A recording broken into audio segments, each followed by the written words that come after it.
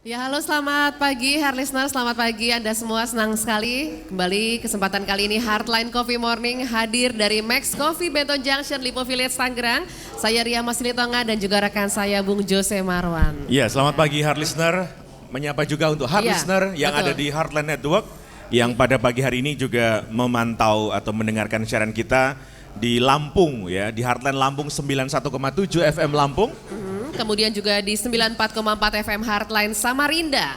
Dan juga di 92,2 FM Bali untuk Heart Listener yang berada di Pulau Dewata. Iya, kemudian juga yang ada di Berau bisa dengarkan melalui 95,9 FM.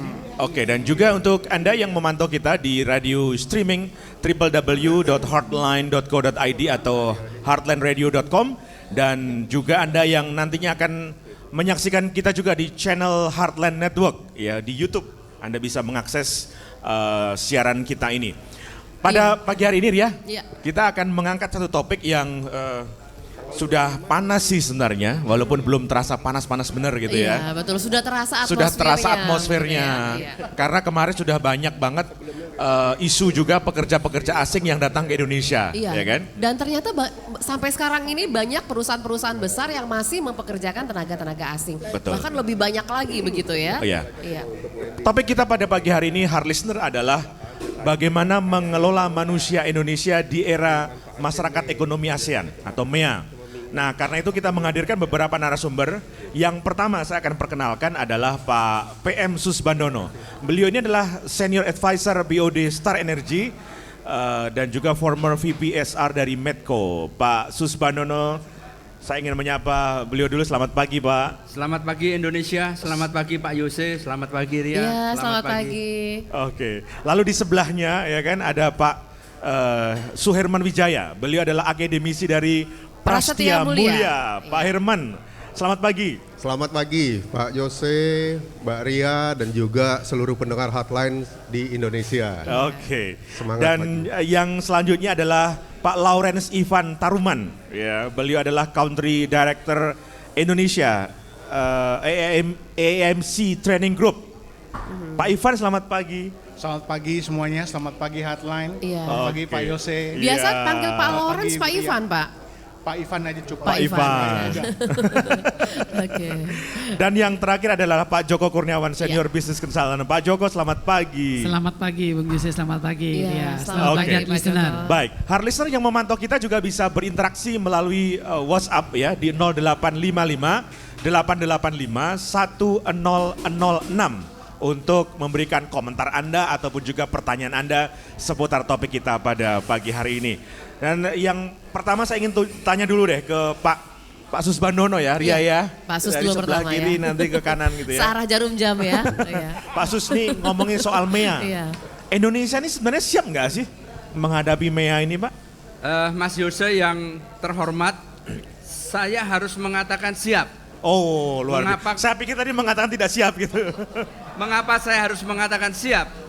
Karena Pak Jokowi dalam berbagai kesempatan, Aha. Presiden kita yang tercinta mengatakan bahwa Indonesia itu ditakuti oleh negara-negara ASEAN. Bukan hanya siap, tetapi Indonesia ditakuti. Saya ingin memberi catatan kepada Pak Jokowi bahwa ditakuti oleh negara-negara ASEAN tidak dalam semua bidang tentunya. Kita mempunyai spesialitis yang memang benar-benar ditakuti oleh negara-negara lain. Tetapi masih banyak bidang-bidang lain, masih banyak bidang pekerjaan lain yang memang benar kita yang harusnya takut kepada negara-negara ASEAN. Jadi kalau kita mau fair, harusnya adalah kita siap di bidang tertentu dan kita harus meningkatkan diri kita untuk berkompetisi dengan negara-negara ASEAN di bidang-bidang yang lain. Singkatnya secara umum seperti itu. Oke, jadi siap ya Pak ya? Siap. Ditakutinya di bidang apa sebenarnya? Ditakutinya di bidang apa? Kalau ya. Saya barusan membaca banyak di media tentang pariwisata contohnya. Indonesia itu negara yang bukan main. Saya pernah ditanya oleh salah seorang tokoh di Indonesia, seorang wakil menteri ESDM pada waktu itu. Tolong sebutkan Anda tolong sebutkan apa yang Indonesia tidak punya. Oh. Bukan sebutkan apa yang Indonesia punya, sebutkan apa yang Indonesia tidak punya. Dan saya kesulitan. Ternyata Indonesia punya apa saja. Punya apa saja Anda sebutkan Indonesia punya. Dan hari ini nih, Mas Yusuf, Mbak Ria dan teman-teman sekalian, pariwisata menurut saya bukan main. Jember, kota-kota kecil yang Banyuwangi dulunya nggak muncul ya. yang dulunya kita pandang sebelah mata. Iya. Jangan sebut Danau Toba, Borobudur atau Bali atau Lombok. Tapi kota-kota atau daerah-daerah kecil yang tadinya terpencil dan tidak dipandang sebelah mata oleh dunia pariwisata, hari ini mulai bergeliat. Ini menurut saya sebuah pesan kepada dunia bahwa Indonesia harus ditakuti. Oke, baik. Itu singkatnya seperti itu. Baik, Pak Herman, ini Anda seorang akademisi dari Prastia Mulia, gitu ya. Ya. Melihat anak-anak mahasiswa, ini kan ngomongin manusia, akhirnya yang lokomotif persiapannya kan universitas nih Pak, perguruan tinggi gitu kan ya. Mereka yang dipersiapkan. Bagaimana ya? Anda melihat MEA ini, melihat menantang MEA teman-teman muda ini? MEA, saya pikir MEA sekarang ini adalah cuma satu istilah atau jargon yang relatively hangat dibicarakan mungkin beberapa tahun belakangan ya, kalau nggak salah sejak 2014 sudah mulai. Tapi bagi saya MEA itu bukan sesuatu yang baru ya, dalam konteks bahwa kita punya hubungan dengan negara-negara lain di sekitar region Indonesia ya, bahwa keberadaan Indonesia di Asia Tenggara bukan cuma sejak di awal tahun 2016 dikatakan MEA itu dimulai. Ya, Indonesia ada di ASEAN, ada di Asia, ya dari dulu sudah ada. Dari dulu sudah ada. Kemudian apa ya yang perlu dikhawatirkan? Yang nggak ada. Nggak ada. Karena kita selama ini atau sejak hanya lahir yang di sini, ya. Kemudian gitu loh, katanya ya. apa ada sesuatu yang baru? Yang nggak ada. Indonesia nggak berpindah, tetap di sini juga. Kemudian negara-negara lain juga tetap di sini. Ya. So apa istimewanya? Nggak ada untuk hal kekhawatiran. Tapi dari sisi positif, saya pikir akan lebih menarik kalau kita bicara sisi positifnya. Ya, bahwa kalau sekarang ini dikatakan adanya MEA, kemudian tidak ada lagi batasan-batasan untuk geraknya kita. Ya. Ini menjadi satu hal yang mungkin perlu kita segera bersiap diri untuk bisa menikmati apa saja yang bisa kita gali di luar Indonesia. Kalau dari Indonesia tadi sudah dengan hebat sekali Pak Subandono sudah katakan Indonesia punya segalanya. Sangat setuju Pak Subandono ya, bahwa kita punya segalanya. Mari kita jangan segan-segan, jangan ragu-ragu untuk garap Indonesia dan sekaligus tetangga kita. Ya kan? Menggarap tetangga kita juga. Garap gitu ya? Tetangga kita, bahwa dengan MEA ini menjadi satu opportunity yang baik sekali untuk kita bisa bermain lebih luas. Bahwa kita punya kehebatan-kehebatan, potensi dari sumber daya kita itu. Pasti setuju kan bahwa orang Indonesia kreatif-kreatif? Iya. Ya? Nah, kreatifnya orang Indonesia sudah kita tahu persis. Produk apapun kalau misalnya mau dibuat orang Indonesia bisa. Dengan kualitas ya yang juga baik atau bahkan lebih baik dari sebelumnya. Kemudian orang Indonesia juga punya keluasan yang luar biasa. Kita sudah biasa bergaul dengan banyaknya ragam culture, budaya dan sebagainya. Ya. Bahasa kita juga banyak, budaya kita juga banyak, dari sekian puluh provinsi, sekian bahasa. Ya. Kepulauan kita ratusan, ribuan bahkan. Kita mudah beradaptasi gitu maksudnya. Adaptasi ya, Pak, ya? Sudah menjadi satu DNA mungkin bagi orang-orang Indonesia. Nah, tadi kaitannya dengan mahasiswa. Saya pikir kalau kita ajak mahasiswa atau siapapun juga untuk selalu berpikirnya outgoing ya, terbuka, tidak ada kekhawatiran-kekhawatiran yang tidak perlu ya, waspada fine, itu perlu waspada. Tapi selalu lihatnya mungkin dari sisi yang positif bahwa anak-anak kita tahu persis ya, mereka sangat cerdas ya. Tidak ada yang bodoh. Bahkan sekarang dengan satu kemajuan teknologi, segala macam akses kan bisa segala macam informasi bisa diakses dengan mudah. Ya. Ya. Nah, Baik. para mahasiswa yang sekarang yang saya temukan sehari-hari itu adalah satu insan yang cerdas semua. Bahkan lebih cerdas daripada kita-kita. pengajarnya. Ya, saya katakan gitu karena harapan saya semua insan-insan muda di Indonesia ya itu mereka semangat bahwa mereka sangat cerdas. Baik. Ya, tidak khawatir dengan yang lain-lainnya. Nggak ada apa-apa gitu ya. Nggak ada Coba apa-apa. Saya tanya ke Pak Ivan, Anda banyak juga masuk di perusahaan-perusahaan company gitu Pak ya. Betul, Pak. Sejauh mana sebenarnya kesiapan, karena kita ngomongin soal competitiveness nih Pak, karena berkompetisinya semakin bebas ya, tidak ada proteksi lagi dari negara gitu kan. Nah Anda melihatnya seperti apa? Kalau yang saya lihat itu sebenarnya bukan masalah kita siap atau tidak siap. Adalah masalah kalau kita tahu apa yang akan terjadi, bagaimana dampak MEA itu terhadap company kita, dampak MEA itu terhadap negara kita, sebenarnya tidak perlu khawatir. Tapi banyak pengusaha-pengusaha, banyak pelaku-pelaku bisnis yang tidak mengetahui apa advantage yang dia bisa tarik dari MEA, apa disadvantage yang akan dia bisa severe dari MEA tersebut. Yeah. Beberapa dari teman-teman dan beberapa dari klien-klien juga mengungkapkan ada kekhawatiran karena begitu banyak pekerja-pekerja yang mulai masuk dengan biaya yang lebih murah dan yang competitiveness yang lebih oke gitu. Tetapi ada juga yang memang sudah siap bahwa saya akan melakukan ekspor dan ekspansi bahkan ke Thailand, ke Singapura, ke Malaysia. That's an opportunity. Jadi masalah siap atau tidak siap it depends kitanya sudah tahu belum apa yang bisa kita advantage dari MEA, apa yang kita tidak bisa disadvantage atau kita bisa tarik. Ya, it's like business ya, ya up and down. Ya. Okay. Sepanjang kita tahu, I think it is an opportunity, not a threat. Oke, baik. Saya ingin ke Pak Joko nih. Pak Joko nih, Anda banyak juga kawan-kawan UMKM Pak ya. Gimana Pak menghadapi pasar global ASEAN ini Pak? Iya. Ketika bertemu dengan teman-teman UMKM di Indonesia, kalau kita bicara soal kesiapan mereka, boleh dikatakan ya tadi kalau istilahnya tadi boleh dikatakan hanya sekedar istilah yang membuat mereka kadang-kadang tuh kaget, walaupun persaingan sejak dulu sudah ada kan gitu. Nah, bicara soal di MEA tadi sebenarnya mereka sebenarnya siap saya bilang, tapi beberapa yang sangat kecil itu pastinya nggak kerasa atau tidak merasakan bahwa apa sih yang mereka mesti lakukan. Tapi kalau perusahaan besar di Indonesia semuanya udah sangat siap.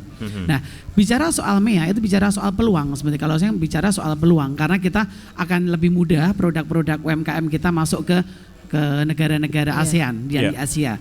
Contohnya Baba Raffi sudah masuk sampai di negara-negara ASEAN udah masuk, bahkan sampai ke China juga udah masuk juga gitu. Jadi intinya sebenarnya kalau kita mau memanfaatkan ini sebagai suatu momentum, ini adalah momentum. Tapi masalahnya ada beberapa yang merasa ini, wah ini mau MEA nih. Wah gawat nih, apanya yang gawat? Mestinya nggak ada yang gawat, cuman karena pemberitaan di media ini MEA lo, hati-hati lo, ini persaingan jadi gede banget lo, hanya itu aja. Jadi sebenarnya kalau kita bicara soal UMKM Indonesia, sudah mulai banyak yang mulai melakukan ekspansi ke negara-negara luar. Selama tim SDM-nya mereka kuat, selama mereka punya training center, mereka punya institut yang membangun people-nya, mereka nggak perlu takut sih sebenarnya. Karena produk kita itu sebenarnya banyak dicari negara luar. Kalau kita bicara soal pariwisata Pak ya, kita sekarang bicara soal kuliner. Saya banyak nanganin klien kuliner.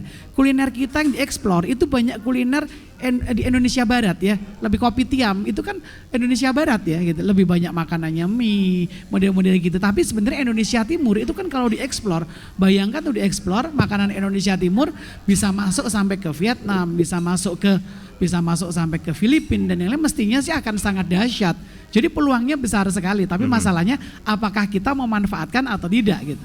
Oke. Jadi Gitu. peluang itu tidak hanya bisa kita gali di negara kita, tapi juga di Negara ASEAN. lain. Iya, semua bisa kita gali. Semakin luas kita, peluangnya. kita nikmati ya. Saya ingin fokus ke Pak Susbandono nih soal manusia Pak, karena Anda fokus juga karir Anda, pengalaman Anda di dunia HR gitu ya.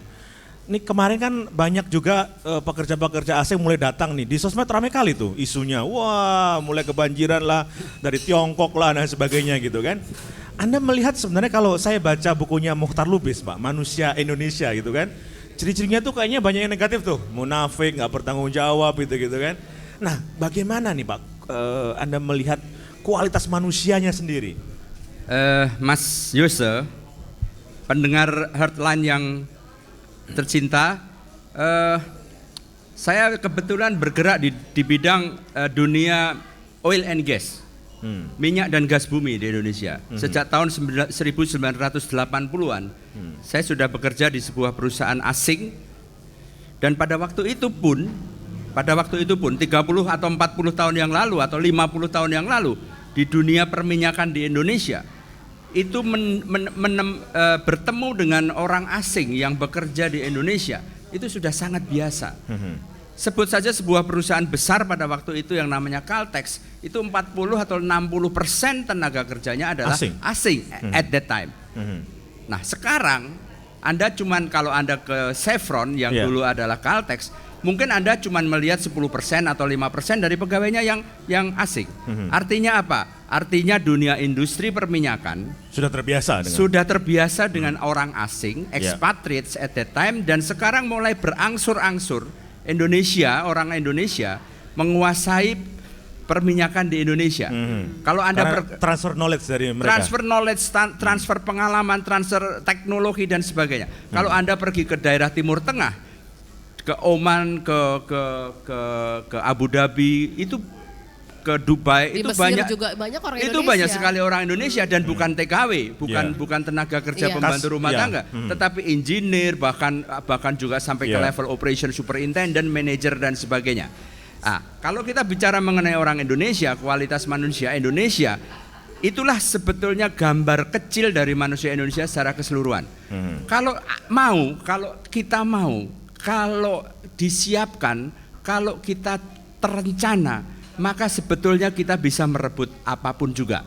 Dunia perminyakan bukan dunia yang mudah sebetulnya dari segi modal dan dari segi teknologi, dari segi risiko.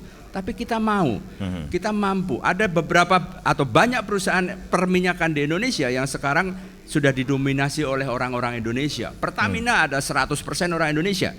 Saya sebut Medco, saya sebut sekarang Star Energy. Tidak ada satupun orang asing di sana. Indonesia 100%. Semuanya adalah nasional. Nah, ini sebetulnya menunjukkan kalau kita punya rencana, kalau kita mau, kalau kita punya blueprint untuk mendevelop orang Indonesia, maka gambar seperti itulah yang akan terjadi di bidang-bidang lain dan di Indonesia pada umumnya. Masalahnya adalah kita mau atau tidak mau, itu saja. Kalau bicara mengenai mampu, pasti mampu. Kalau kita bicara mau atau tidak mau, itu 50-50. Itu ditujukan kemana mau tidak maunya Pak? Kepada semua orang. Tetapi kalau saya mau gampang, saya akan mengatakan ya nomor satu tentunya adalah pemerintah. Pemerintah itu adalah regulator. Dia yang mengatur, dia yang membimbing, dia yang membina manusia Indonesia secara umum. Yang kedua tentunya saya harus mengatakan dunia perguruan tinggi. Kita mau atau tidak? Apakah universitas besar seperti UI atau ITB pernah melihat ke belakang manusia Indonesia seperti apakah yang dibutuhkan oleh Indonesia? Padahal alumninya udah banyak jadi menteri Pak. Alumninya luar biasa Bu, luar biasa. Tidak hanya menteri di Indonesia, tenaga ahli di Amerika, di Eropa, di Jepang banyak sekali. Saya juga nggak ngerti kok dulu teman-teman saya waktu saya masih kuliah S1 di Bandung, teman saya yang pada waktu itu biasa-biasa saja. Sama seperti saya, tiba-tiba 10 tahun kemudian, 50 tahun kemudian menjadi tenaga ahli yang luar biasa di Eropa, di Amerika, di Jepang, di Cina dan sebagainya. Bicara mengenai mau dan mau. Pertama pemerintah, kedua adalah perguruan tinggi, dan yang ketiga adalah masyarakat. Swasta. Masyarakat itu saya akan sebutkan beberapa masyarakat, komponen masyarakat. Pertama adalah perusahaan swasta. Yang kedua adalah keluarga. Oke, keluarga juga pengaruh loh. Keluarga ini menjadi sangat penting karena ini adalah masyarakat terkecil di dalam Indonesia. Jadi kalau perusahaan swasta, kalau keluarga mau untuk membesarkan manusia Indonesia, dibina oleh perguruan tinggi yang ada di Indonesia dan diregulat oleh pemerintah Indonesia. Jadi luar biasa. Oke, jangan diteruskan keluarganya Pak. Nanti tiba-tiba ingat istri, ingat anak.